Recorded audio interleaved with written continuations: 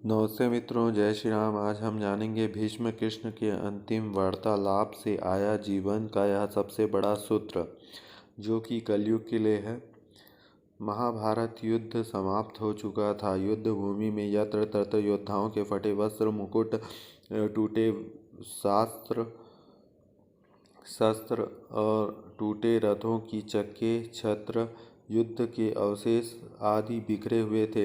वायुमंडल में पसरी हुई घोर उदासी, गिद्ध, कुत्ते, सियार की उदास और डरावनी आवाज के बीच उस निर्जन हो चुके उस भूमि में द्वापर का सबसे महान योद्धा देवव्रत भीष्म सरसैया पर पड़ा हुआ सूर्य के उत्तरायण होने की प्रतीक्षा कर अकेले में था।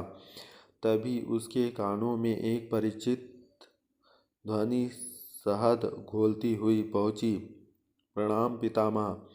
भीष्म के सूख चुके अधरों पर एक मरी हुई मुस्कुराहट तैरती उड़ी। बोले, आओ देवकी नंदन, स्वागत है तुम्हारा। मैं बहुत देर से तुम्हारा ही स्मरण कर रहा था।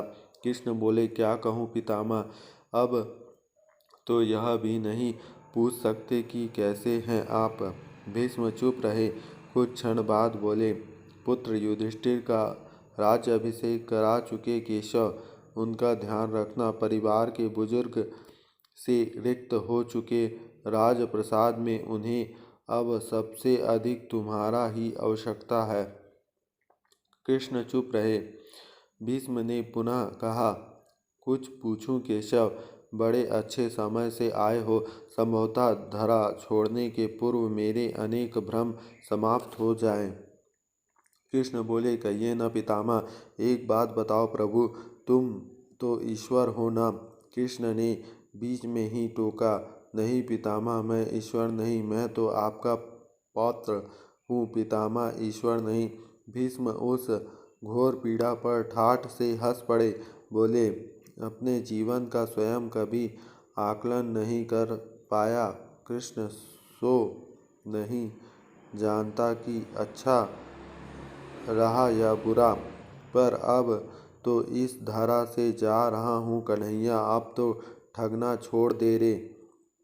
कृष्ण जाने क्यों भीष्म के पास सरक आए और उनका हाथ पकड़कर बोले, कहिए पितामह। भीष्म बोले, एक बात बताओ कन्हैया, इस युद्ध में जो हुआ सो ठीक था क्या? Question mark. किसकी ओर से पितामह? पांडवों की ओर से। कौरवों के कृत्यों पर चर्चा का तो अब कोई अर्थ नहीं कन्हैया, पर क्या पांडव की ओर से जो हुआ वो सही था? आचार्य द्रोणाचार्य का व्रत, दुर्योधन की जांघ के नीचे प्रहार, दुशासन की छाती को चीरा जाना, जयद्रथ के साथ हुआ छल, निहत्थे कर्ण का वध, सब ठीक था क्या? यह सब उचित था क्या? इसका उत्तर मैं कैसे दे सकता हूँ पितामह? इसका उत्तर तो उन्हें देना चाहिए जिन्होंने यह किया।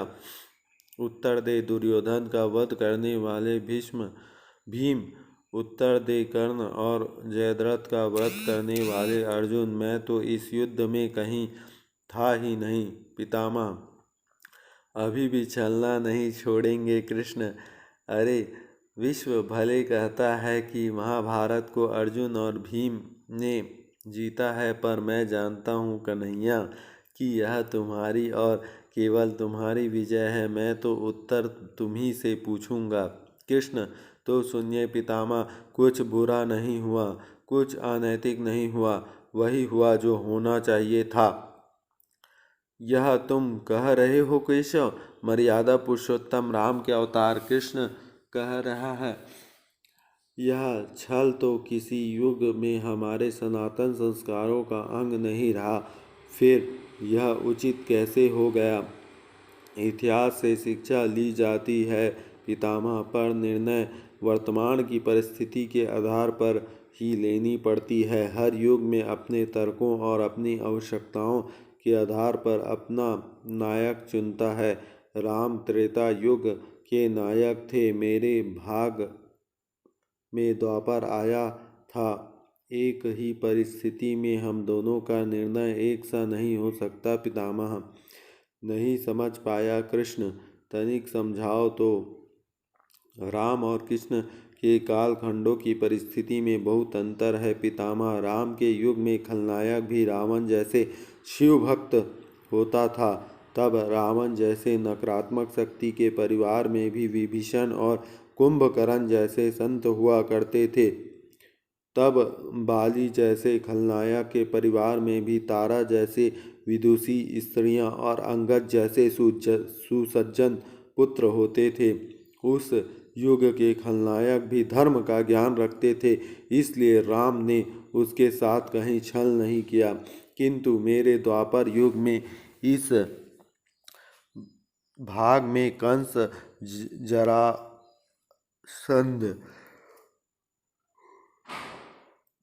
दुर्योधन, दुशासन, शकुनी, जयद्रथ जैसे घोर पापी आए हैं। उनकी समाप्ति के लिए हर छल उचित है पितामह। पाप का अंत आवश्यक है पितामह, यह चाहे जिस विधि से भी हो। तो क्या तुम्हारे इन निर्णय से गलत परंपराएं नहीं प्रारंभ होगी केशव? क्या केशव तुम्हारे इन छलों का अनुसरण नहीं करेगा? और यदि करेगा तो क्या यह उचित होगा? भविष्य में तो इससे भी और अधिक नकारात्मक आ रहा है पितामह। कलयुग में इतने में से भी काम नहीं चलेगा। वही मनुष्य को कृष्ण से भी अधिक कठोर होना होगा, नहीं तो धर्म समाप्त हो जाएगा। जब क्रूर और अनैतिक शक्तियाँ धर्म का समूल नाश करने के लिए आक्रमण कर रही है, ना तो नैतिक अर्थहीन हो जाती है पितामह, तब महत्वपूर्ण होता है विजय, केवल विजय। भविष्य में यह सीखना ही होगा पितामह। क्या धर्म का नाश हो सकता है केशव? और यदि धर्म का नाश होना ही है तो क्या मनुष्य इसे रोक सकता है? सब कुछ ईश्वर के भरोसे छोड़ कर बैठना मूर्खता होता है। हे पितामह, ईश्वर स्वयं कुछ नहीं करता, सब मनुष्य को ही करना पड़ता है। आप मुझे भी ईश्वर कहते हैं न, तो बताइए न पितामह, मैंने स्वयं इस युद्ध में कुछ किया क्या? सब पांडवों को ही करना पड़ा न। यह प्रकृति का संविधान है। युद्ध के प्रथम दिन यही तो कहा था कि मैंने अर्जुन से, यही परम सत्य है। भीष्म अब संतुष्ट लग रहे थे। उनकी आंखें धीरे धीरे बंद होने लगी। उन्होंने कहा, चलो कृष्ण, यह इस धरा पर की अंतिम रात्रि है। कल संभवतः चले जाना हो। आपने इस अभागे भक्त पर कृपा किया कृष्ण जी। कृष्ण ने मन ही मन कुछ कहा और भीष्म को प्रणाम कर लौट चले। पर युद्ध भूमि के उस डरावने अंधकार में भविष्य को जीवन का सबसे बड़ा सूत्र मिल चुका था। जब अनैतिक और कूट शक्तियाँ धर्म का विनाश करने के लिए आक्रमण कर रही है, तो नैतिकता का पाठ आत्मघाती होता है। जय श्री राम।